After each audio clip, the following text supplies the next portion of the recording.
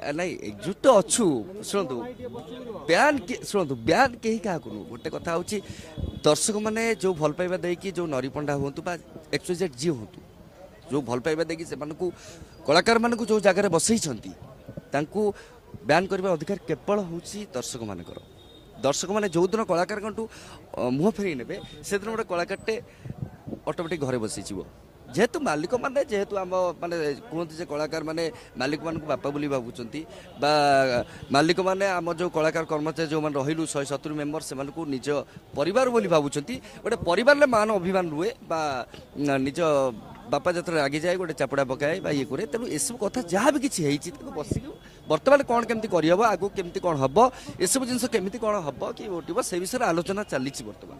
କଳାକାର ମହାସଂଘ କାହିଁ ପଛେଇ ଯାଉଛି ଡରୁଛି ସେ ଯେଉଁ ହିସାବରେ ଆଗକୁ ଆସି ସୋସିଆଲ ମିଡ଼ିଆରେ ମାଲିକ ମହାସଂଘ ମାନେ କହୁଛନ୍ତି କିନ୍ତୁ କଳାକାର ମହାସଂଘ ସେମାନେ ଆସୁନାହାନ୍ତି କାହିଁକି ଆଗକୁ ଆସୁନାହାନ୍ତି କାହିଁକି ଡରି ଯାଉଛନ୍ତି ନାଇଁ ଡରୁ ନାହାନ୍ତି ଗୋଟେ କଥା ସବୁ ପରେ ବି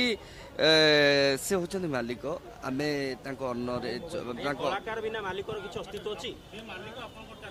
ନାଇଁ ସେ କଥା ନୁହଁ ସବୁ କ୍ଷେତ୍ରରେ ଦେଖନ୍ତୁ ଯାହା ବି ହେଲେ ତାଙ୍କରି ପାଇଁ ତ ଆମ ପରିବାର ଚଳୁଛି ନା ସିଏ ପଇସା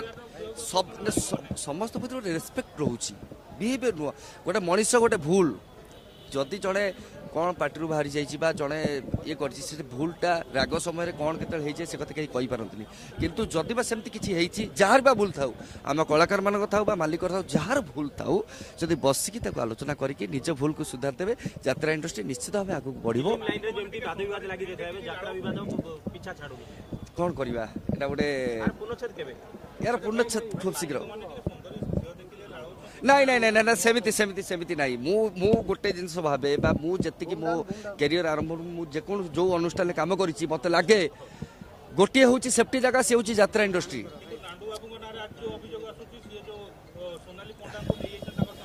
ଶୁଣନ୍ତୁ ଅଭିଯୋଗ ତ ଆସିଛି ତାହା କେତେ ଦୂର ଠିକ୍ ସେଟା ଆଗକୁ ନିଶ୍ଚିତ ଭାବେ ଜଣାପଡ଼ିବ ବର୍ତ୍ତମାନ ମୁଁ ଏଇ ଆସୁଛି ଏଇ ମିଟିଂକୁ ଆସୁଥିଲି ମୋତେ ଜଣେ କହିବେ ଯେ ଗୋଟେ ଝିଅଟେ ମୋତେ କହିବ ମୋତେ ସୌମ୍ୟ ବାବୁ ଟାଣିକି ରେପ୍ କଲେ କି ସୌମ୍ୟ ବାବୁ ମୋତେ ହାତ ମାରିଦେଲେ ସେଇଟା କ'ଣ ସେ କହିଦେଲେ ଠିକ୍ ତେଣୁ କ'ଣ ଠିକ୍ କେଉଁଟା ଠିକ୍ କେଉଁଟା ଭୁଲ ସେଟା ନିଶ୍ଚିତ ଭାବେ ଆଗକୁ ଜଣାପଡ଼ିବ ସବୁ ପରେ ବି ମୋର ସମସ୍ତଙ୍କୁ ଅନୁରୋଧ ସବୁ ମିଡ଼ିଆ ଭାଇ ସବୁ ଦର୍ଶକ ସବୁ କଳାକାର ସବୁ ମାଲିକ ସମସ୍ତଙ୍କୁ ମୋର ଅନୁରୋଧ ଆମେ ସମସ୍ତେ ଏକଜୁଟ ହେବା ସମସ୍ତେ ମିଶି କାମ କରିବା ଯେମିତି ବର୍ତ୍ତମାନ ଦେଖିବାକୁ ଗଲେ ଯାତ୍ରା ଇଣ୍ଡଷ୍ଟ୍ରି ଗୋଟେ ଏମିତି ଗୋଟେ ସଂସ୍ଥା ଯେଉଁଠିକି ଲୋକମାନେ ଟିକେଟ୍ କାଟିକି ରାତି 4-5 ଘଣ୍ଟା ଧରି ବର୍ତ୍ତମାନ ଯେଉଁ ଗରମ ହେଉଛି ଯେଉଁ ଇଏରେ ମୁଁ ନିଜେ ଫିଲ୍ କରୁଛି ମୁଁ ପ୍ରତ୍ୟେକ ରାତିରେ ଶୋ କରୁଛି ଝାଳ ପୋଛିକି ସେମାନେ ନାଟକୁ ଉପଭୋଗ କରୁଛନ୍ତି ସମସ୍ତେ ଏକଜୁଟ ହେବା ଶୁଣନ୍ତୁ ବର୍ତ୍ତମାନ ମାଲିକମାନେ ଏକାଠି ହେଇଥିଲେ ବର୍ତ୍ତମାନ ଆଜି ଆମେ କଳାକାରମାନେ ଏକାଠି ହେଇଛୁ ନିଷ୍ପତ୍ତି ଚାଲିଛି ନିଷ୍ପତ୍ତିର ଫାଇନାଲ ନିଷ୍ପତ୍ତି କ'ଣ ଆପଣମାନେ ନିଶ୍ଚିତ ଜାଣିପାରିବେ ଆଉ ଖୁବ୍ କମ୍ ସମୟ ଭିତରେ ତ ବର୍ତ୍ତମାନ ଚାଲିଛି ତାପରେ କ'ଣ ହେବ ଆଗକୁ ମାଲିକ କଳାକାରମାନେ ବସିବେ କି କଳାକାରମାନେ ଜମା ନାହିଁ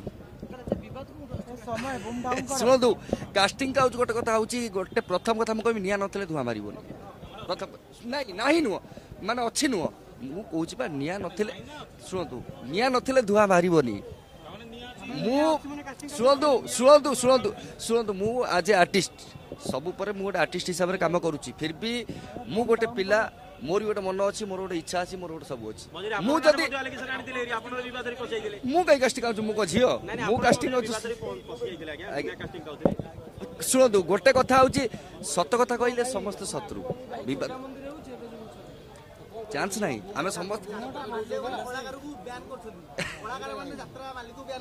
ଆଜ୍ଞା ଶୁଣନ୍ତୁ ସେଟା ବଡ଼ ବଡ଼ ଭାଇମାନେ ଅଛନ୍ତି ସେମାନେ ନିଶ୍ଚିତ ସେମାନଙ୍କ